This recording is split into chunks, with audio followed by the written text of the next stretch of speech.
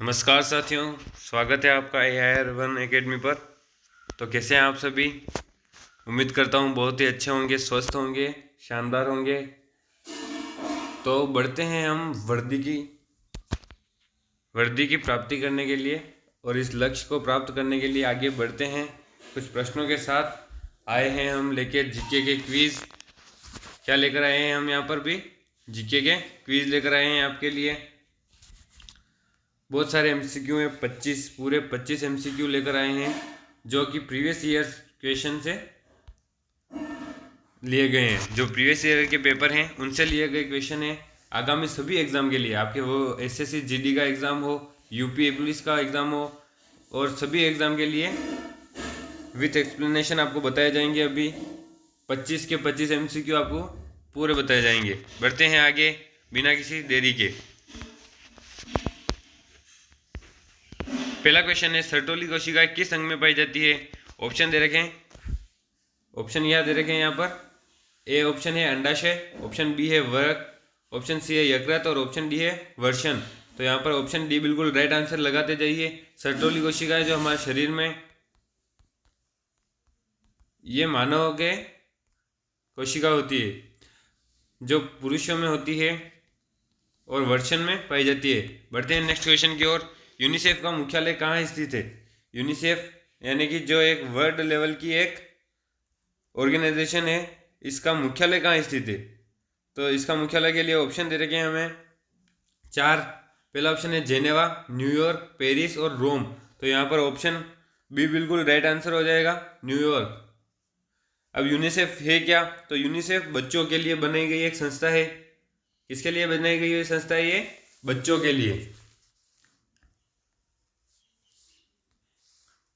बच्चों के लिए बनाई गई एक संस्था है। यहाँ पर इन बच्चों को क्या किया जाता है? मानवीय जीवन और विकासात्मक जीवन में सहायता प्रदान की जाती है। क्या की जाती है?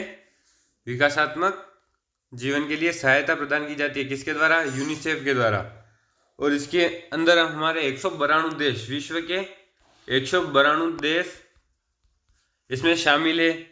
और यह शिक्षा को बढ़ावा देने के लिए बहुत ही महत्वपूर्ण संस्था है। इसकी सक्रियता कब हुई? तो ये इसकी डेट भी याद रखिएगा, बहुत इंपॉर्टेंट है। 11 दिसंबर 1946 फर्स्ट बार सक्रिय हुआ। कब? 11 दिसंबर 1946 को। बिल्कुल याद रखते चलिए और आगे बढ़ते रहिए। तीसरा क्वेश्चन है अपने पास, HCl यानी हाइड्रोक्लोरिक एसिड,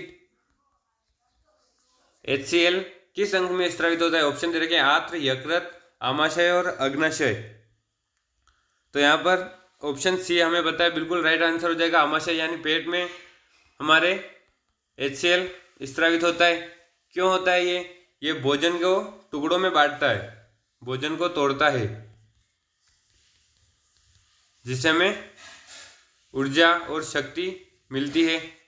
ठीक है, बढ़ते हैं आगे। स्कर्वी रोग किससे होता है, यानी किस विटामिन की कमी से होता है? तो यहाँ पर ऑप्शन दे रखे हैं। ऑप्शन ए है vitamin A, vitamin B12, vitamin D और विटामिन सी। तो यहाँ पर ऑप्शन विटामिन सी बिल्कुल राइट आंसर हो जाएगा, यानी ऑप्शन डी राइट आंसर है इसका। क्या है राइट आंसर? Vitamin C. तो यहाँ पर आप पूछोगे विटामिन डी की कमी से कौन सा रोग होता है? देखिए पूरी डिटेल के साथ आपको जानकारी मिलने वाली है आज। विटामिन डी के कारण रिकेट्स रोग होता है। कौन सा रोग होता है? रिकेट्स रोग। और विटामिन, अगर आप पूछो यहाँ पर विटामिन B12 के कारण कौन सा रोग होता है, तो विटामिन B12 का कमी के कारण एनीमिया रोग होता है। क्या, कौन सा रोग होता है? एनीमिया रोग होता है। और रिकेट्स रोग में क्या होता है? हड्डियां कमजोर हो जाती है। क्या कमजोर हो जाती है? हड्डियां कमजोर हो जाती है। विटामिन ए की कमी के कारण कौन सा रोग होता है? तो विटामिन ए की कमी के कारण रतौंधी रोग यानी रात को न दिखने वाला रोग हो जाता है। कौन सा रोग होता है? विटामिन ए की कमी के कारण रतौंधी रोग, B12 के कारण एनीमिया रोग, और रिकेट्स रोग किसके कारण होता है? विटामिन डी के कारण। और विटामिन बी के कमी के कारण अगर पूछ ले हमें विटामिन बी की कमी के कारण कौन सा रोग होता है, तो बेरी बेरी रोग होता है। किसके कारण? Vitamin B. याद रखिएगा, इसके याद रखने के लिए बी देखिए, विटामिन बी है और बी बेरी, इससे आप याद रख सकते हैं। बढ़ते हैं नेक्स्ट क्वेश्चन की ओर। सिंधु सभ्यता से प्राप्त मोहरों में कौन से वृक्ष की छाप मिलती है? तो यहाँ पर ऑप्शन दे रखे हैं आम, पीपल, पारिजात और साल। तो यहाँ पर ऑप्शन बी अपना बिल्कुल राइट आंसर हो गया, पीपल वृक्ष की। किसकी छाप मिलती है आपको? पीपल वृक्ष की। और सिंधु घाटी सभ्यता से और क्या क्या मिले हैं, मतलब इस मोहरों के अलावा? तो यहाँ पर प्रतिमाएं मिली है हमें, बिल्कुल याद रखने जैसी है, प्रतिमाएं मिली है। यहाँ पर हमें मोहरें तो मिली ही है, मिट्टी के बर्तन, आभूषण,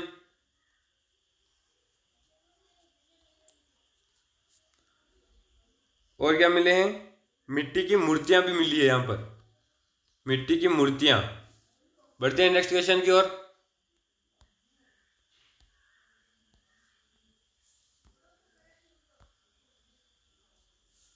देखिए यहाँ पर भारत के आपको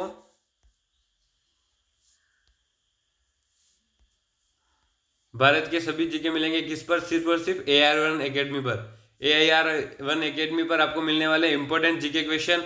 आज 25 क्वेश्चन लेकर आए हैं हम इंडिया के जीके के, जनरल नॉलेज के सभी क्वेश्चन आपको क्विज के रूप में मिलेंगे। यहाँ पर MCQ के रूप में मिलने वाले हैं सभी के सभी प्रश्न। आपको प्रीवियस ईयर की तैयारी करवाई जाएगी, improve your GK by AR1 academy. बढ़ते हैं अगले क्वेश्चन की ओर। तो प्रश्न है अपने पास, किसने प्रशासनिक प्रणाली की अद्वितीय विशेषता ग्राम सहायता का विकास की थी? यानी यहाँ पर जो पहले साम्राज्य दे रखे हैं उनमें से प्रशासनिक प्रणाली की अद्वितीय विशेषता ग्राम सहायता।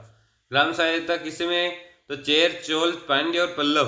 वीडियो सभी परीक्षाओं में ये काम आने वाले प्रश्न हैं, बहुत ही इंपॉर्टेंट रहने वाले हैं। बढ़ते हैं हम इसके प्रश्न की ओर। तो यहाँ पर ऑप्शन बी बिल्कुल राइट आंसर हो जाएगा, चोल। चोल साम्राज्य में ग्राम सहायता की मिलती है हमें। कौन से साम्राज्य में? चोल साम्राज्य में। चोल साम्राज्य की स्थापना क्या है? तो ये चोल साम्राज्य भारत का शक्तिशाली राजवंश रहा हुआ है, भारत का शक्तिशाली राजवंश। कहाँ था ये? तो ये साउथ इंडिया में था, यानी दक्षिण भारत में था ये। और ये कब से कब तक था? तो ये 9वीं से 13वीं शताब्दी तक राज्य किया हुआ है इन्होंने। ठीक है, बढ़ते हैं अगले क्वेश्चन की ओर। एलोरा और एलिफेंटा के स्थल किस काल से संबंधित है? ऑप्शन दे रखे हैं प्रतिहार, चालुक्य, राष्ट्रकूट और होयसल। तो यहाँ पर ऑप्शन सी बिल्कुल राइट आंसर हो जाएगा, राष्ट्रकूट। यानी राष्ट्रकूट के समय में हमें एलोरा और एलिफेंटा के स्थल प्राप्त हुए। और राष्ट्रकूट के समय कौन सा राज्य था? तो कृष्णराज प्रथम के समय ये खोजे गए। और ये अभी कहाँ है एलोरा और एलिफेंटा के? तो ये है अपने महाराष्ट्र, औरंगाबाद। बढ़ते हैं नेक्स्ट क्वेश्चन की ओर। वायुमंडलीय कारणों के कारण, जो वायुमंडलीय कारणों के कारण हमें पानी के न होने पर भी उसके होने का भ्रम दिखाई देता है, तो उसे क्या कहते हैं? मृग तृष्णा, शाद्वल, भ्रांति या उपयुक्त में से कोई नहीं। तो यहाँ पर ऑप्शन ए बिल्कुल राइट आंसर हो जाएगा, मृग तृष्णा। मृग तृष्णा क्या होता है? तो ये गर्मी के दिनों में आपको रेगिस्तान में पानी न होने पर भी वहां पर पानी जैसा कुछ भ्रम दिखाई देगा आपको। तो वो किसके कारण होता है? मृग तृष्णा के कारण। मृग तृष्णा किसके कारण होती है? मृग तृष्णा आपको अपवर्तन और पूर्ण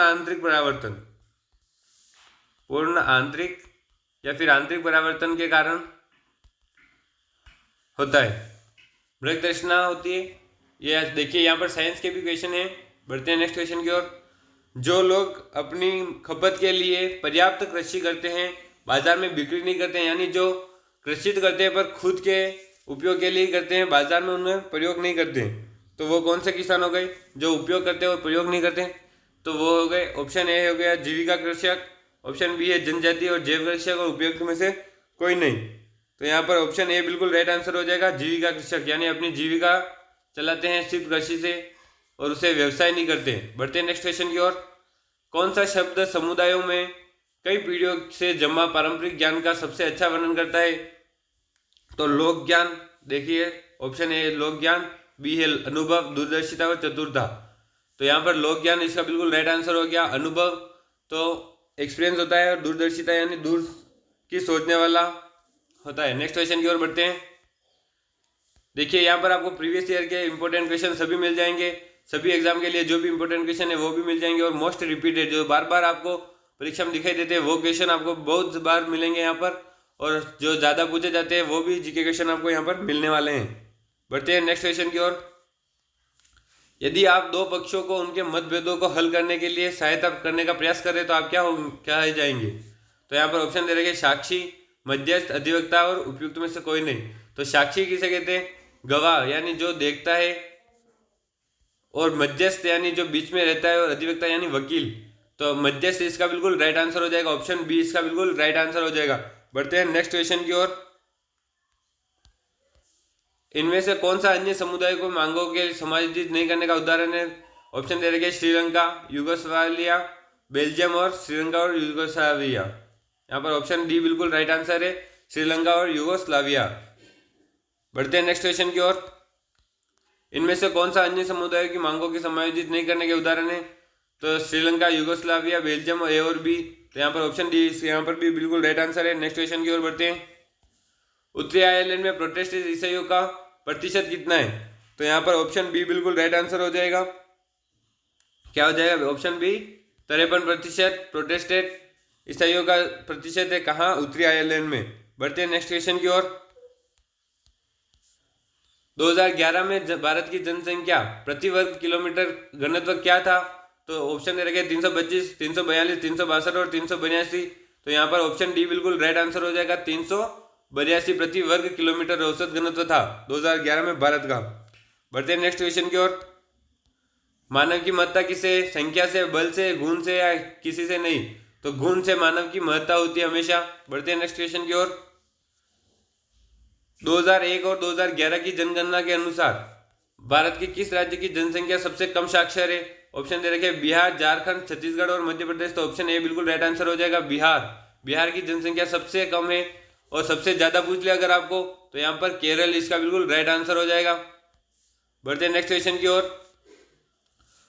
2001 और 2011 की जनगणना के अनुसार भारत के किस राज्य में लिंगानुपात सबसे कम है? ऑप्शन दे रखे पंजाब, हरियाणा, राजस्थान और गुजरात। ए ऑप्शन है पंजाब, बी ऑप्शन है हरियाणा, सी ऑप्शन है राजस्थान और डी ऑप्शन है गुजरात। तो यहाँ पर ऑप्शन बी बिल्कुल राइट आंसर हो जाएगा, हरियाणा। हरियाणा का लिंगानुपात सबसे कम होने के कारण 2011 और 2001 में इसका लिंगानुपात कम आया है, जो कितना है? तो 877। बिल्कुल याद रखने जैसी बातें हैं। और सबसे ज्यादा पूछ लिया अगर आपको तो वो भी केरल का ही है,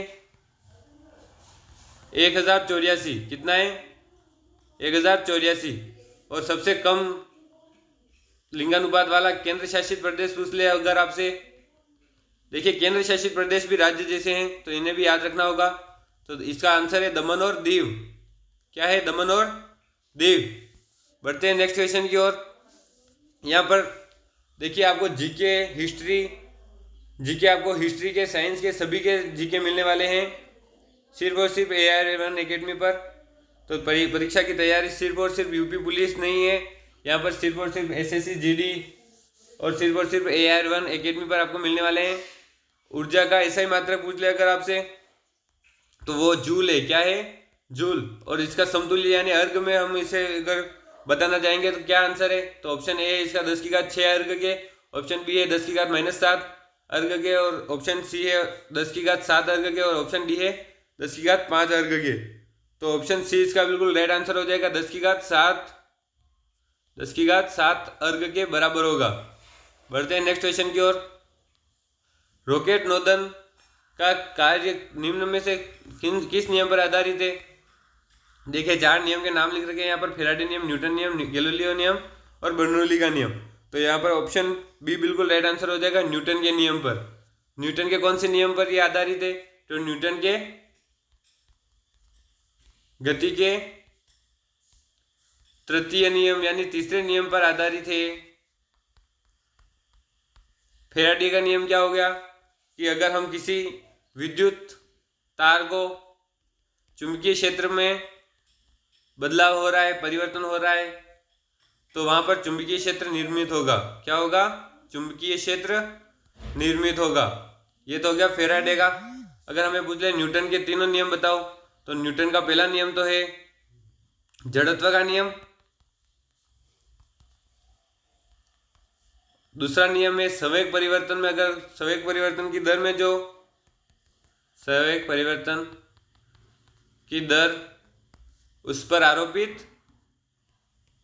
आरोपित बल के बराबर होगी। ये हो गया द्वितीय नियम, बल के बराबर होगी। और तीसरा नियम क्या कहता है, जिसके ऊपर ये रॉकेट नोदन का कार्य नियम आधारित है, तो ये हो गया सभी क्रिया के समान और विपरीत प्रतिक्रिया होती है। समान और विपरीत प्रतिक्रिया। बढ़ते हैं नेक्स्ट क्वेश्चन की ओर। पोषक पदार्थ हमारे लिए क्यों आवश्यक है?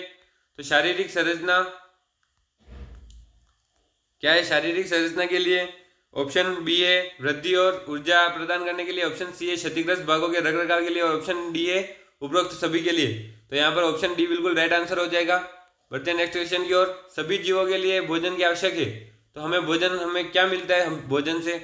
तो ऑप्शन दे रखे हैं ऊर्जा, ऑप्शन ए है ऊर्जा, ऑप्शन बी है शक्ति और प्रकाश, ऑप्शन सी है प्रकाश, और ऑप्शन डी है ए और बी दोनों। यहाँ पर ए और बी दोनों, इसका राइट आंसर क्या हो जाएगा? ए और बी दोनों, यानी ऊर्जा और शक्ति हमें भोजन से मिलती है। बढ़ते हैं नेक्स्ट क्वेश्चन की ओर। जो पौधे अपना भोजन स्वयं तैयार कर लेते हैं उन्हें क्या कहते हैं? परजीवी, परपोषित, मृतपोषित या स्वपोषी। तो यहाँ पर ऑप्शन डी बिल्कुल राइट आंसर हो जाएगा, स्वपोषी, यानी जो स्वयं का भोजन बनाते हैं। अगला क्वेश्चन है अपने पास। 23 दिसंबर 1911 को पहली बार जनगण मन यानी राष्ट्रीय गान कहाँ गाया गया?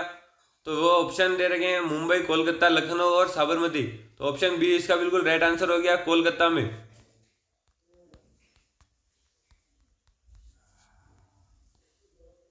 अगला क्वेश्चन की ओर बढ़ते हैं।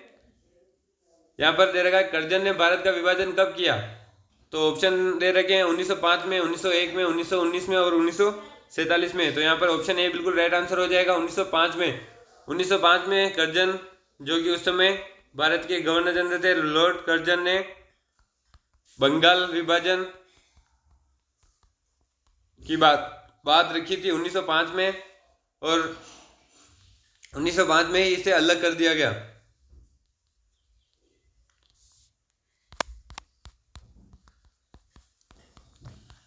इंपॉर्टेंट क्वेश्चन मिलने वाले हैं आपको यहाँ पर AR1 पर। जीके क्विज के लिए शेयर कर दीजिए इसको, और स्वयं भी पढ़ते रहिए इसे। देखिए यहाँ पर एक बार आपको जल्दी जल्दी फिर से क्वेश्चन दिखाए जा रहे हैं, आंसर देखिए, आप लिखिए।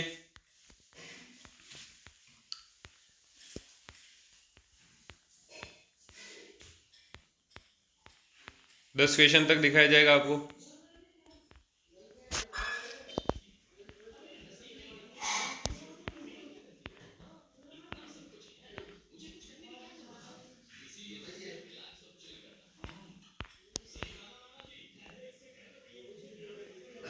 जय हिंद, जय भारत।